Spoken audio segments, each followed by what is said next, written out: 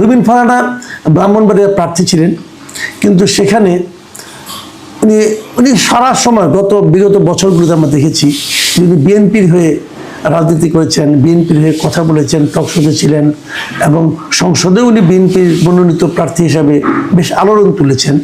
সেই রুবিন ফারানাকে কিন্তু এবার বিএনপি মনোনয়ন দেয়নি, না দিয়ে সেখানে তাদের জোটের একজন প্রার্থীকে দিয়েছিল, জুনায়েদ হাবিবকে। রুবিন ফারানা স্বতন্ত্রভাবে নির্বাচন করেছেন এবং স্বতন্ত্রভাবে নির্বাচন করেও উনি এখানে বিশাল ব্যবধানে, প্রায় 38,000 ভোটের ব্যবধানে উনি বিজয়ী হয়েছেন। বাংলাদেশে মানে স্বতন্ত্র হিসাবে কোনো নারীর এই নির্বাচনে এটি একমাত্র বিজয়। আর বিপরীত দিকে দেখেন, শেখ হাসিনার পতনের পর মুক্তিযুদ্ধ ইস্যুতে যে রাজনীতিবিদ শক্ত হয়ে দাঁড়িয়েছিলেন তিনি হচ্ছেন অ্যাডভোকেট ফজলুর রহমান, একসময়কার বিশাল ছাত্র নেতা। উনি বিএনপির নেতা ছিলেন এবং ওনার মুক্তিযুদ্ধ বিষয়ক মুক্তিযুদ্ধের ব্যাপারে ওনার যে অটল অবস্থান, এই অবস্থানের পক্ষে থাকতে যেয়ে উনি অনেক সময় রাজাকার এবং আলবদর, রাজাকার, জামায়াতদের নিয়ে নানা ধরনের কথাবার্তা বলেছেন, শব্দ উচ্চারণ করেছেন, যা মাঝে মাঝে বিতর্কও তৈরি করেছিল এবং এই বিতর্কের কারণে এক পর্যায়ে দল তার পদও স্থগিত করেছিল। কিন্তু তাকে গ্রেপ্তারের দাবিতে সেগুনবাগিচা তার বাড়ির সামনে অশ্লীল সব স্লোগান দিয়েছিল কিছু তরুণী। এরকম বেকায়দা অবস্থা থাকার পরও উনি ওনার এলাকায় প্রায় 72,000 ভোটের ব্যবধানে জামায়াত প্রার্থীকে হারিয়ে নির্বাচিত হয়েছেন। আমি মনে করি এই দুটো বিজয় এই নির্বাচনে অত্যন্ত বড় ঘটনা। কিছু প্রার্থীর পরাজয় আমাকে একটু হতাশ করেছে, এটা স্বাভাবিক ছিল পরাজয়গুলো, তবু এই লোকগুলিকে আমি সংসদে দেখতে চেয়েছিলাম। তার মধ্যে একজন হচ্ছেন এনসিপি থেকে পদত্যাগ করা, মানে এনসিপি জামাতের সঙ্গে জোটবদ্ধ হওয়ার কারণে এনসিপি থেকে পদত্যাগ করেছিলেন ডাক্তার তাসনিম জারা। তার প্রচারণার স্টাইল, তার কথাবার্তা এবং তার নির্বাচনী অবস্থানে স্থির হয়ে থাকতে পারাটা আমাকে মুগ্ধ করেছিল। আমি ভাবিনি, কারণ ওখানে আবার বিএনপি যিনি প্রার্থী ছিলেন হাবিবুর রশিদ, উনিও এলাকায় খুবই জনপ্রিয়, কাজে আমি এমনটি কখনো ভাবিনি যে তাসনিম জারা জিতে যাবেন, কিন্তু উনি তেমন একটা প্রতিদ্বন্দ্বিতা করতে পারেননি। এটা আমাকে একটু হতাশ করেছে। তবে আমার মনে হয় তাসনিম জারা ভবিষ্যতে যদি রাজনীতিতে থাকেন উনি ভালো করবেন, আমার ধারণা। আরেকজন প্রার্থী উনি হেরে গেছেন, কিন্তু উনিও আলোচনায় ছিলেন, তিনি হলেন মিস্টার পাটোয়ারি। ঢাকা 8 আসনে নাসিরউদ্দিন পাটোয়ারি, উনি ছিলেন মির্জা আব্বাসের প্রতিদ্বন্দ্বী এবং উনি প্রতিদিনই নানা রকম আপত্তিকর কথাবার্তা, উত্তেজক কথাবার্তা বলে আলোচনায় থাকতেন। তবে আমার কাছে এটা খুব অবাক লেগেছে, উনি কিন্তু বেশ শক্ত প্রতিদ্বন্দ্বিতা গড়ে তুলেছিলেন মির্জা আব্বাসের বিরুদ্ধে। আমার মনে হয় মির্জা আব্বাসের রাজনীতি তার দীর্ঘদিন থাকা না থাকা নিয়ে উনি এখন চিন্তা করতে পারেন যে নাসিরউদ্দিন পাটোয়ারির মতো একজন প্রার্থীর কাছে ওনাকে এরকম নাজেহাল হওয়াটা ভোটে অন্তত পক্ষে এটা আমাকে একটু হলেও অবাক করেছে। খেলাফত মজলিসের নেতা বহুল আলোচিত বাংলাদেশ খেলাফত মজলিসের নেতা মামুনুল হক, তিনি হেরে গেছেন ববি হাজ্জাজের কাছে মোহাম্মদপুর এলাকায়। ববি হাজ্জাজ কিন্তু মোহাম্মদপুর এলাকার লোক নন, উনি এখানে থাকতেন কিনা আমি জানি না, আমার ধারণা উনি গুলশান এলাকায় থাকেন, কিন্তু উনি এখানে তরুণদের মধ্যে এতটাই জনপ্রিয় হয়ে উঠেছিলেন যে উনি মামুনুল হককে হারাতে পেরেছেন। আমার কাছে আরেকটা খুব মজা লেগেছে, সেটা আমি বলি। গণ অধিকার পরিষদের নুরুল হক নূর, উনি ট্রাক প্রতীক নিয়ে নির্বাচন করেছেন। ওনার বিরুদ্ধে বিএনপির একজন বিদ্রোহী শক্ত ক্যান্ডিডেট ছিল, তারপর উনি জিতেছেন। আরেকজন এই গণ অধিকার পরিষদের সাধারণ সম্পাদক রাশেদ খান, উনি ঝিনাইদহে নির্বাচন করেছেন এবং উনি ধানের শীষ পাওয়ার জন্য গণ অধিকার পরিষদ থেকে পদত্যাগ করেছেন। তারপরেও সেখানে নির্বাচন করতে যেয়ে উনি জেতার জোরে উনি তৃতীয় স্থান অধিকার করেছেন। বিএনপি জোটের আরেকটা আলোচিত প্রার্থী জুনায়েদ সাকি, উনি কিন্তু দল ত্যাগ করেনি, উনি ওনার পার্টিতে ছিল, উনি ওনার মাথাল মার্কা নিয়ে ব্রাহ্মণবাড়িয়া 6 আসন থেকে কিন্তু ঠিকই জিতে এসেছেন। আরেকটা ইন্টারেস্টিং ফিচার হলো যে এবি পার্টির দুজন আলোচিত লোক, তারা মোটামুটি আলোচনার টেবিলে ঝড় তুলতেন, টকশোতে খুব আলোচিত ছিলেন। ওনাদের সাধারণ সম্পাদক যিনি, উনি তো নানা রকম কথাবার্তা বলে আপনার সেনানিবাস উড়িয়ে দিবেন, গুড়িয়ে দিবেন, এগুলো বলে বেশ আলোচনা ছিলেন। ব্যারিস্টার ফুয়াদ, এই ব্যারিস্টার ফুয়াদ বৈশাল এলাকায় নির্বাচন করে হেরে গেছেন এবং আমাদের সভাপতি মুজিবুর রহমান মঞ্জু, যিনি একসময় ছাত্র শিবিরের সভাপতি ছিলেন, তিনিও কিন্তু শিবির জোটের প্রার্থী হওয়া সত্ত্বেও ফেনী এলাকায় তেমন কোনো আলোচনায় আসতে পারেননি, হেরে গেছেন। আমি আলোচিত কয়েকটা ঘটনা বললাম। এখন হানা ভোট নিয়ে একটা মাত্র প্রশ্ন, হানা ভোট নিয়ে আমি পরে ডিটেলে আলোচনা করব। আমি নিজে হানা ভোটের আসলে বিরোধী ছিলাম। আমার কাছে মনে হয়েছিল এই গণভোটটা আমাদের উপর চাপিয়ে দেওয়া হয়েছে। এই বিষয়ে একটা মাত্র প্রসঙ্গ বলে আমি আজকে আলোচনা শেষ করব। সেই প্রসঙ্গটা হলো, গণভোটে হা জিতেছে। হা যে জিতবে এটা সবাই জানতো, হা জিতবে। হা কত ভোট পেয়েছে? গণভোটে ভোট পড়েছে 60.26%। আর এখানে হা ভোট পড়েছে, আমি সংখ্যার দিকে ধরি, 4,80,74,429টি এরা হা ভোট দিয়েছে।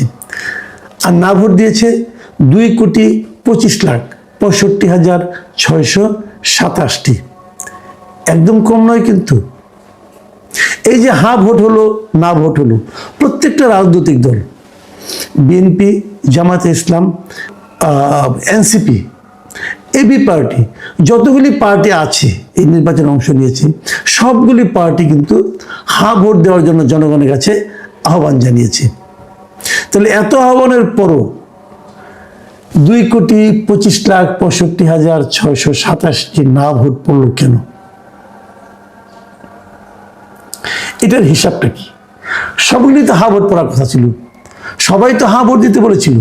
তাহলে এই ভোটগুলি কি এই দলগুলির ভোট নয়? এই ভোটগুলি কি অন্য কোনো দলের ভোট, যে তারা বাধ্য হয়ে এই দলগুলিকে ভোট দিয়েছে নাকি? এই প্রশ্নটা থাকলো। আপনারা মনে মনে ভাবুন যে সবগুলি দল হা ভোট দিতে বলার পরেও এই অবাধ্য 2,25,00,000 ভোটার কারা? এরা কারা? আমিও পলিটিক্যাল পার্টিগুলিকে বলবো, যারা নির্বাচনে অংশ নিয়েছেন, যারা আপনাদের ভোট দিয়েছেন, তারা আপনাদের বাধ্য হয়ে গেছে এটা মনে করার কোনো কারণ নাই। এরা আপনাদেরকে প্রশ্ন করবে, সবাই আপনাদের অনুগত থাকবে না, এরা এদের অধিকার আদায় করে নেবে। আপনাদের হয়তো বাধ্য হয়ে ভোট দিয়েছে, আর কেউ ছিল না বলে। আপনারা হলেন অগত্যা চয়েস। কাজেই নির্বাচিত হওয়ার পর, দায়িত্ব পাওয়ার পর আপনাদের প্রতিটা কর্মকাণ্ড কিন্তু এই লোকগুলো তাদের নজরে রাখে। নির্বাচন তো শেষ হয়ে গেল, আপনারা সবাই জানেন। এই যে নির্বাচনের ফলাফলও মোটামুটি একটা ধারণা করা গেছে যে বিএনপি এই নির্বাচনে জয়লাভ করছে।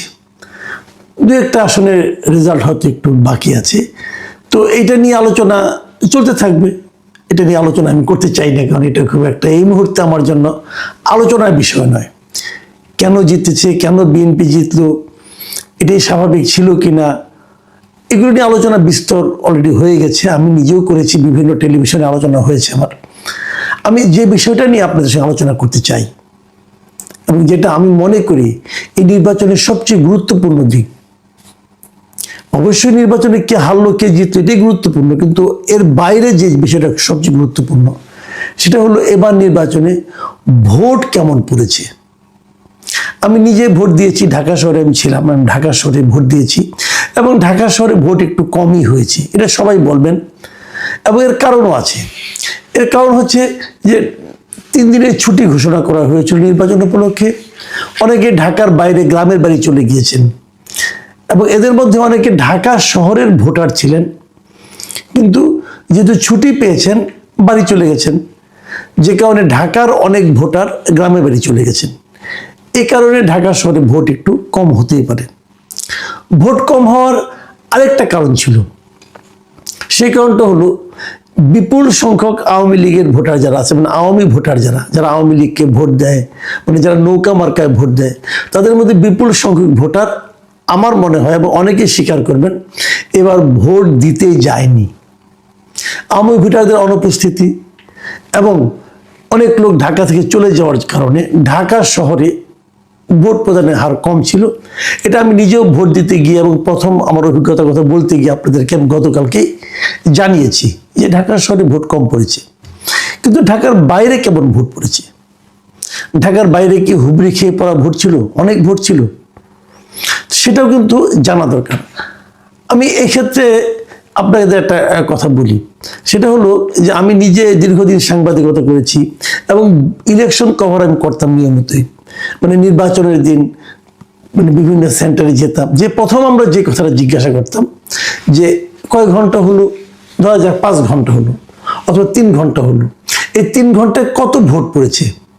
মানে আমরা যখন যেতাম নির্বাচন চলাকালীন প্রিজাইডিং অফিসাররা মানে একটা ভোট কেন্দ্রে যিনি দায়িত্বে থাকেন, তিনি একটা তথ্য আমাদেরকে দিতে পারতেন খুব ইজিলি, তাহলে কত ভোট পড়েছে।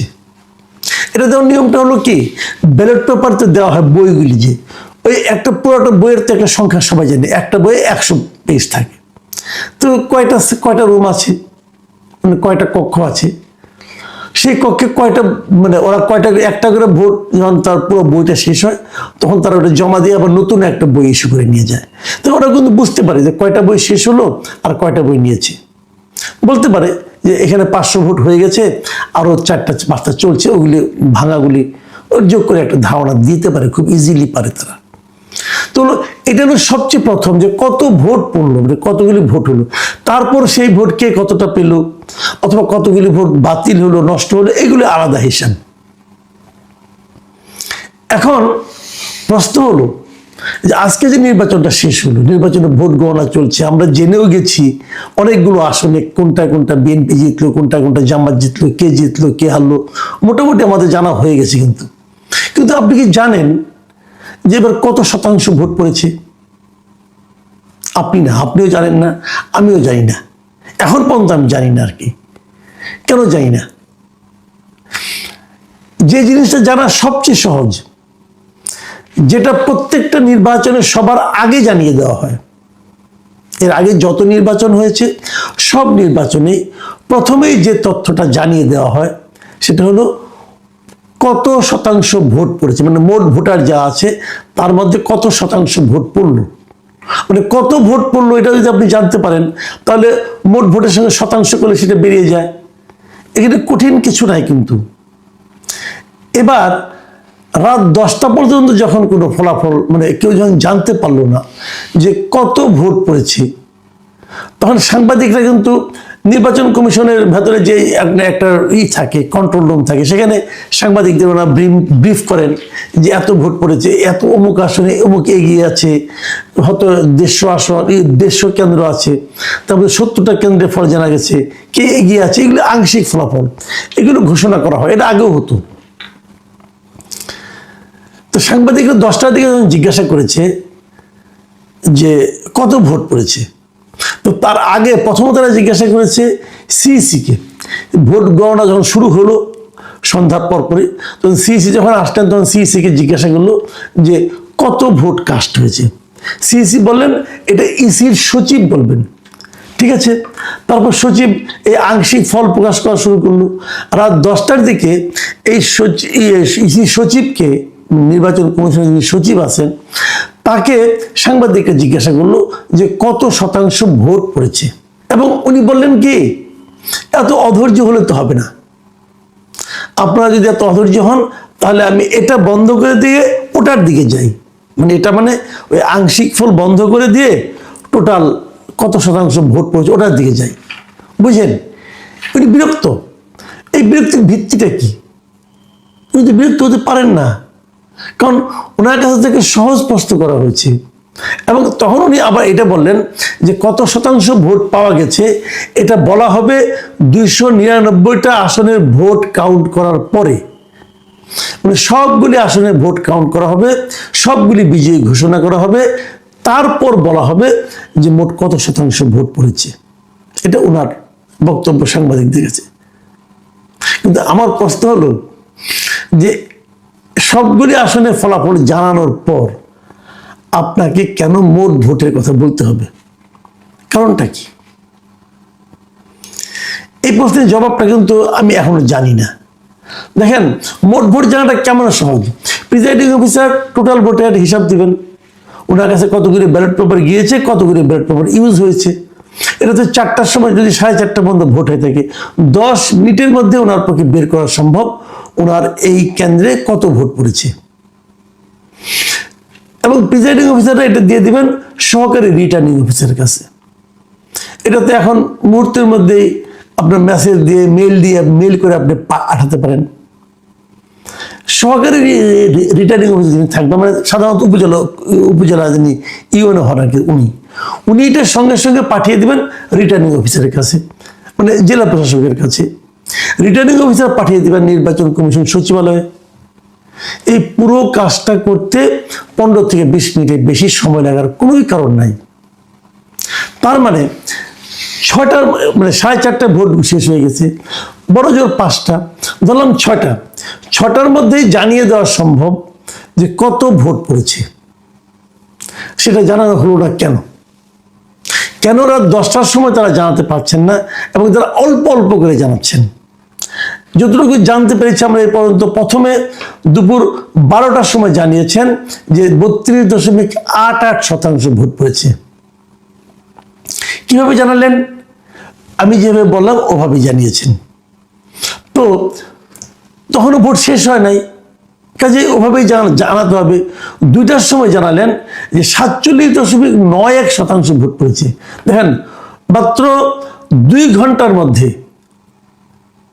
কিন্তু 32 থেকে 47% হয়ে গেল, মানে 15% ভোট পড়ল। আপনারা মাথায় রাখেন, মোট ভোটার কত ছিল এবার মোট ভোটারের সংখ্যা ছিল 12,77,00,000, মানে প্রায় 13 কোটি। এই 13 কোটি ভোটারের মধ্যে মাত্র 2 ঘন্টার মধ্যে 15% ভোট কিন্তু বলা গেল। 15% মানে প্রায় 1.5 কোটি ভোট, 1.5 কোটিরও বেশি, প্রায় 1,70,00,000 ভোট কিন্তু তারা মাত্র 2 ঘন্টার মধ্যে বেড়ে গেল। কিন্তু এগুলি নানা রকম সন্দেহের কথা বলার জন্য আমি বললাম, কিন্তু সেটা যেটাই হোক, সংখ্যা যাই পারুক, আমার কোনো আপত্তি নেই। কিন্তু আপনি কেন 6টার মধ্যে পুরো ভোট কত পড়েছে সেটা বলতে পারছেন না? এখন যখন আপনি না বলছেন, এবং এটা একদম মানে এ ধরনের উদাহরণ আগে কখনো হয়নি, এবারই প্রথম তারা ভোটের মানে কত ভোট পড়েছে, মানে কাস্টিং ভোটের পার্সেন্টেজটা তারা জানাচ্ছেন না কেন? এবার আরেকটা কাজ কিন্তু প্রথম হয়েছে, সেটা হলো গণভোটটা এবার প্রথম হয়েছে। এভাবে একই সঙ্গে 2টো ভোট এই প্রথম হয়েছে। সমস্যাটা হলো ওই জায়গাটাতে যে আপনি গণভোটে কত ভোট দেখাবেন, সেটা কি কারণ আপনি যদি দেখান যে ভোট কাস্ট হয়েছে, যাই হোক ধরা গেল 50%, অথবা 50% মানে 6 কোটি ভোট কাস্ট হয়েছে, তাহলে আপনি গণভোটেও 6 কোটি ভোট হয়েছে, কারণ একজনকে তো 2টো করে ব্যালট পেপার দিয়েছেন আপনি। তো গণভোটে কত পার্সেন্ট আপনি দেখাবেন, এটা নিয়ে কি আপনারা গবেষণা করছেন?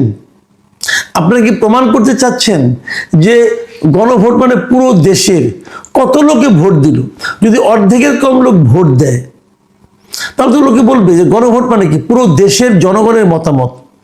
তো অর্ধেকের কম লোক যদি ভোট দেয়, আর যদি সেখান থেকেও যদি আপনি 70% পান, ধরা যাক কথার কথা, ধরা যাক অর্ধেক কম লোক ভোট দিলে 6 কোটি লোক ভোট দিল, আর 6 কোটিও যদি 70% হয়, তাহলে সেটা আরো কমে গেল, 4 কোটির মতো হলো। তাহলে এই 12 কোটি ভোটারের মধ্যে যদি 4 কোটি লোক ভোট দেয়, তার যদি হাফ ভোট, এইভাবে যদি আপনি হিসাব করেন না, তাহলে এক পর্যায়ে প্রশ্ন উঠতে পারে যে আপনাদের সংবিধান সংশোধন করলেন, এটা তো পুরো দেশের রিপ্রেজেন্টেশন হলো না। এই ভয়ের কারণে কি এরা ভোটের হারটা কম করে দেখাচ্ছে না? তারা মানে কি তারা হা না ভোট গুনে এক পর্যায়ে যে কত পার্সেন্ট ভোট দেখালে পরে হা ভোটের সংখ্যা 50%-এর বেশি হয়, তারা কি এই হিসেবের দিকে যাচ্ছে? এই জন্যই কি ভোটটা কমিয়ে দেখাচ্ছে, এবারে পুরো ভোটের সংখ্যাটা জানাচ্ছে না? এই ধরনের প্রশ্ন কিন্তু আসতো না, আসছে ওই কারণে যে বিলম্ব, অপ্রয়োজনীয় অযৌক্তিক যে বিলম্ব, তার কারণে। এখন এখানে সবচেয়ে বাঁচার উপায় হলো বলা যে ওনারা আসলে অভিজ্ঞ না, তো এই জন্য বলতে পারছেন না। কিন্তু সেটাও তো ধোপে টেকে না, কারণ তাদেরকে সাংবাদিকরা বারবার বলেছে আপনার ভোটের মানে কাস্টিং এর হারটা বলেন, তারা বলেনি। প্রিয় দর্শক, আপনারা এগুলো ভাবুন। আমি একটা সম্ভাবনার কথা বললাম, এই সম্ভাবনা যদি থাকে, এমনিতে হা না ভোট নিয়ে নানা ধরনের বিতর্ক, লোকে বুঝতেও পারছে না কেন হা কেন না, তার মধ্যে যদি এই কত পার্সেন্ট ভোট পড়লো এটা নিয়ে বিতর্ক হয়, তাহলে এই রেফারেন্ডামের মানে এই গণভোটের ভবিষ্যৎ আলটিমেটলি কি দাঁড়াবে এটা একমাত্র আল্লাহই জানেন।